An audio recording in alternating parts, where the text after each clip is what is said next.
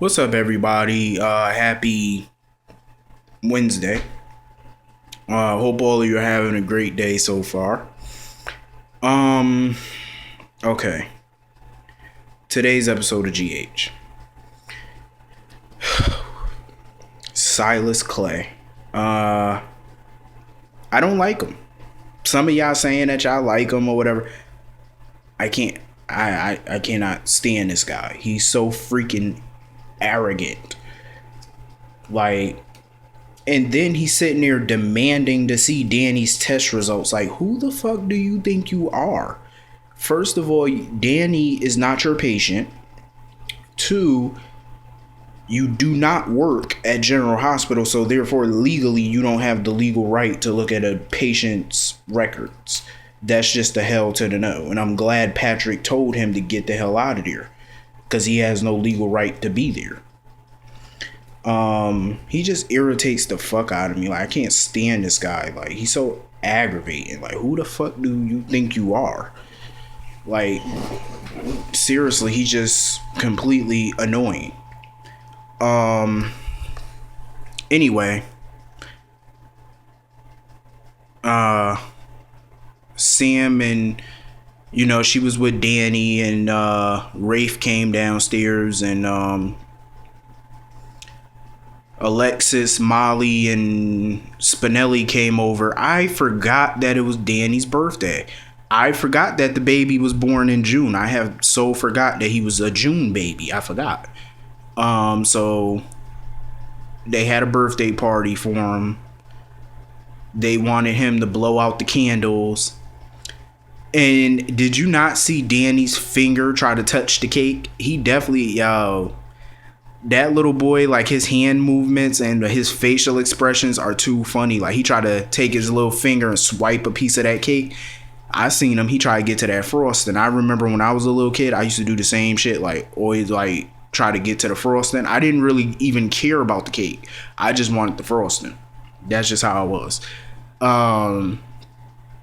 Because cake is not cake to me without frosting. It's just not.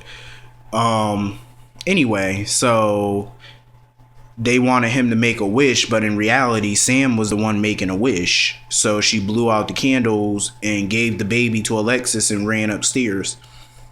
So Alexis went upstairs after her to see what was she so upset about.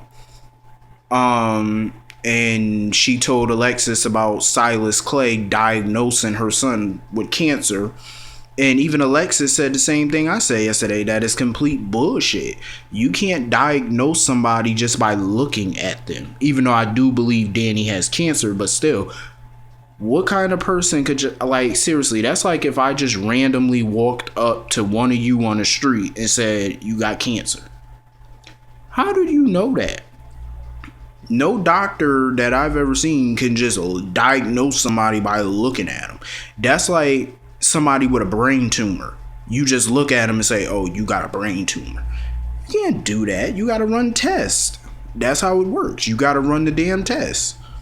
That's the only way you can tell. What kind of doctor is he that he can tell just by looking at you?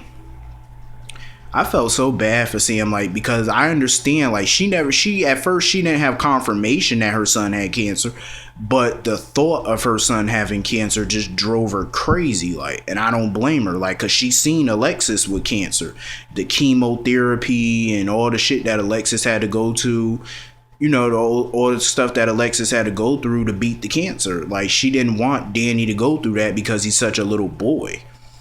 He's only one. And to the thought of your 1-year-old having cancer, now that's some heavy shit. So her, Spinelli was downstairs with Molly and Rafe, and she, Spinelli mentioned Franco was alive. So he bolted the hell out of there. Rafe wanted to know who Franco was, so Molly told him. And she told him about the fact that they thought Franco was Danny's father at first, and she told him that, she really feared that Danny would have the blood, the DNA of a serial killer. And then here go Rafe talking about Stephen Clay. I know some of y'all like Rafe. I'm just not feeling this kid. Like he always coming with his sob stories. Like he turned that whole conversation around to talk about him. I just don't like when people do that. It annoys me. Like when you constantly do it. It's okay to do it once or twice, but constantly, it annoys me. So anyway, then he asked her about her and TJ or whatever, and Molly told him about Taylor, and she said she felt so embarrassed. Bitch, you should feel embarrassed. I know some people don't like me calling people bitches, but whatever. It's what I want to say. It's my video. I'm going to say what I want. So anyway, she should be embarrassed. Look how she dogged TJ out. Like, seriously, she dogged him. I know some people was like, oh, he was acting too jealous or whatever. But mind you, if you actually watched yesterday's episode, even Molly admitted to TJ that Rafe's intentions were as TJ expected. That he, had feelings for her. So obviously TJ was right about Rafe the whole damn time. So he had a reason to act jealous. If some of you women out there seen your boyfriend cozying up with some chick, you wouldn't get jealous and upset about it. Same with you guys. If some of you guys out there saw your girl getting cozy with another dude, you wouldn't get pissed about that. I would be jealous and get upset. Throw around accusations. You damn Skippy. Especially if the person's spending more time with the other person than they are with you. You wouldn't get upset by that? Come on now. TJ had a right. I felt like he was being a little too over dramatic without proof. But he got proof now. So obviously he was right. So anyway. Oh my God. Taylor. Let me talk about her for a second. I liked her in yesterday's episode. I'm not so sure now because now she all hugged up with the Brit. And everybody know I can't stand Brit. I just cannot stand her. But I try not to like Taylor, but I can't help it. The bitch is cute. I like her. She look good. And she's sassy. But I think she dead wrong for how she treat Felix. Obviously, she blackmailing him with some heavy shit. And at first, Taylor thought Felix got Brit pregnant. Felix was like, hell no. He said, no, thank God, no. I was like, right? Who the fuck? Brit is not all that. I'm sorry, but Brit is not sexy. I'm sorry. She looked like a pig. She looked like a hamster. I'm sorry. She just not cute to me with them big ass teeth. I swear, them shits are like I swear she look like a rabbit with them teeth. I swear to God. Do you not see how big them shits are in the front? Them shits are big. She looked like she could chop a fence down with them motherfuckers. I swear to God. Oh my God. Ugh. I can't stand that bitch. But Taylor, I'm trying to like her, but I just don't like how she be dogging Felix. Like, I just don't like that. And she clearly blackmailing him with something because even Sabrina said it. And did you not hear what Brit said to Sabrina? She was like, do Patrick know that you sweat like that? That you look like that when you sweat? I just want to smack that bitch. I'm like, hello, it's called being human. She do sweat. I bet you if Brit sweat, that bitch a turn and she a melt. Devil. I swear she ain't nothing but the devil. I swear she is. Cold ass. So anyway, Taylor is already calling TJ her boyfriend. I'm like, damn, you just met him less than 24 hours ago. That's your man already? I'm like, damn, you work fast. You must have put it on him. She must have put it on him. I mean, come on now. You calling him your man after 24 hours? Damn. I'm sorry, but Taylor do look better than Molly. I'm sorry. She do. She a little evil, but, I swear Taylor is like the black version of Brit. Like, seriously. I was not loving her attitude today, but I can't stay mad at the girl because she cute. But anyway, she wanted some money from Felix or whatever for prom. So he gave it to her, of course, because he ain't had no choice. Obviously, she got some heavy shit on that boy to get money out of Felix. Anyway, TJ was at Kelly's talking with Sean about the prom and Molly and Taylor. And he told Sean that he really wanted to take Molly, but he felt bad about canceling on Taylor. But Sean told him, you know what I mean? Like, follow your heart, fight for what you want, which is good advice. So he texted Taylor and told her to meet him at Kelly's. So when she got there, she told him that she was on the phone with some people from Wyndham's, the department store. They had a prom dress that she saw, and they got it, and that they're going to hold it for her. So once he heard that, you know, he felt bad, and now, you know, she's all pumped for the prom. He can't tell her no. It's too late now.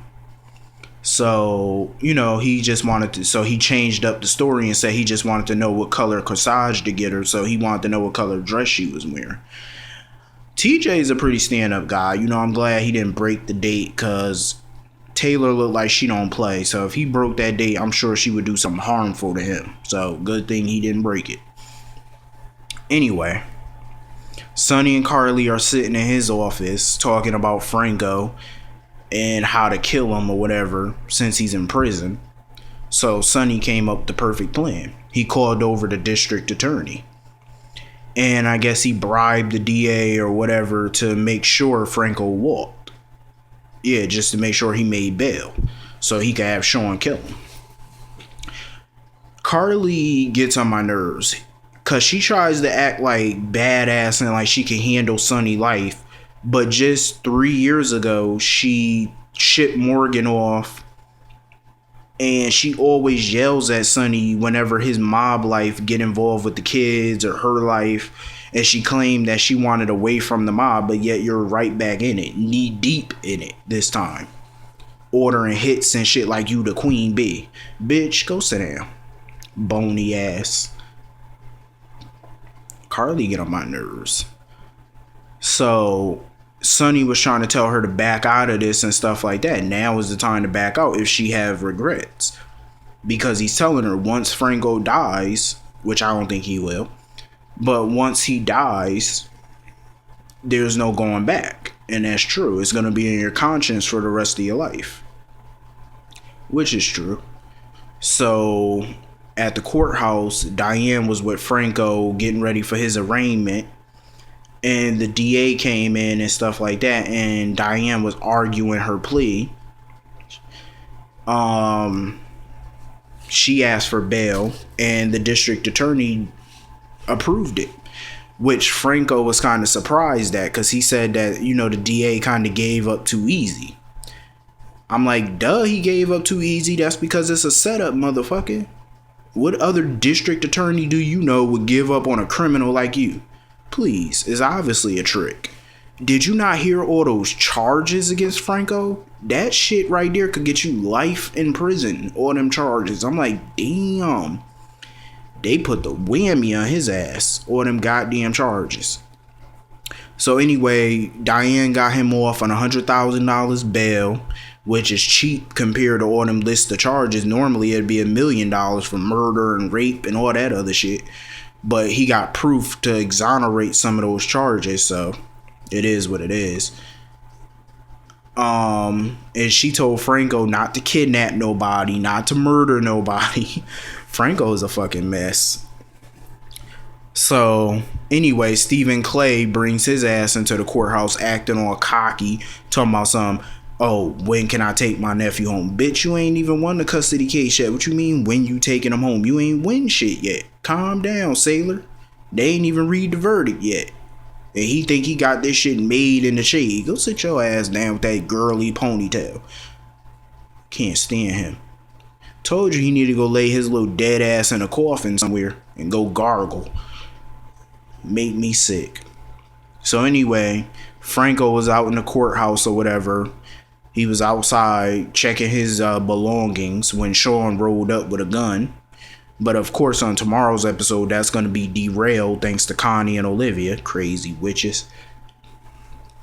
Anyway, Sam and Alexis and Danny show up to, oh, did you not see Danny in the playpen throwing them damn toys on the floor? That little boy, I swear, the way he threw that shit on the floor. I don't know if it dropped out of his hand or it looked like he threw the shit on the floor. Like, I was like, that's a strong kid to throw that big ass toy on the floor like that. That is Jason's son, I'm telling you.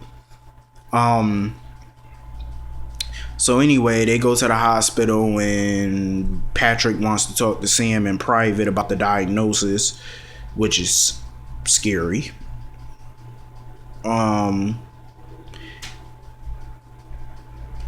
Anyway, Ellie Trout, I ain't see her in a while. She was looking through Brad's desk and she found a medical file on Dr. Westbourne. I'm gonna tell you, Westbourne is going down. She got way too many people after her ass. She going down. Once you get way too many people coming after you, you're gonna be like a trapped rat. I'm telling you. And she got the medical file, but I'm guessing she probably gonna get interrupted. Anyway, Spinelli went to the diner. He bumped into Brad. Was asking Brad about the promotion. Brad went to the bathroom because Spinelli spilt something on him and he left his phone. Brit called the phone and Spinelli was trying to disguise his voice as Brad. So Spinelli got the lowdown dirt. She was saying how she got him that job and how she need to see him to come to the apartment. That bitch going down, I'm telling you. Anyway, today's episode was pretty good. I hope all of you have a great day. I will see all of you tomorrow. Have a great day.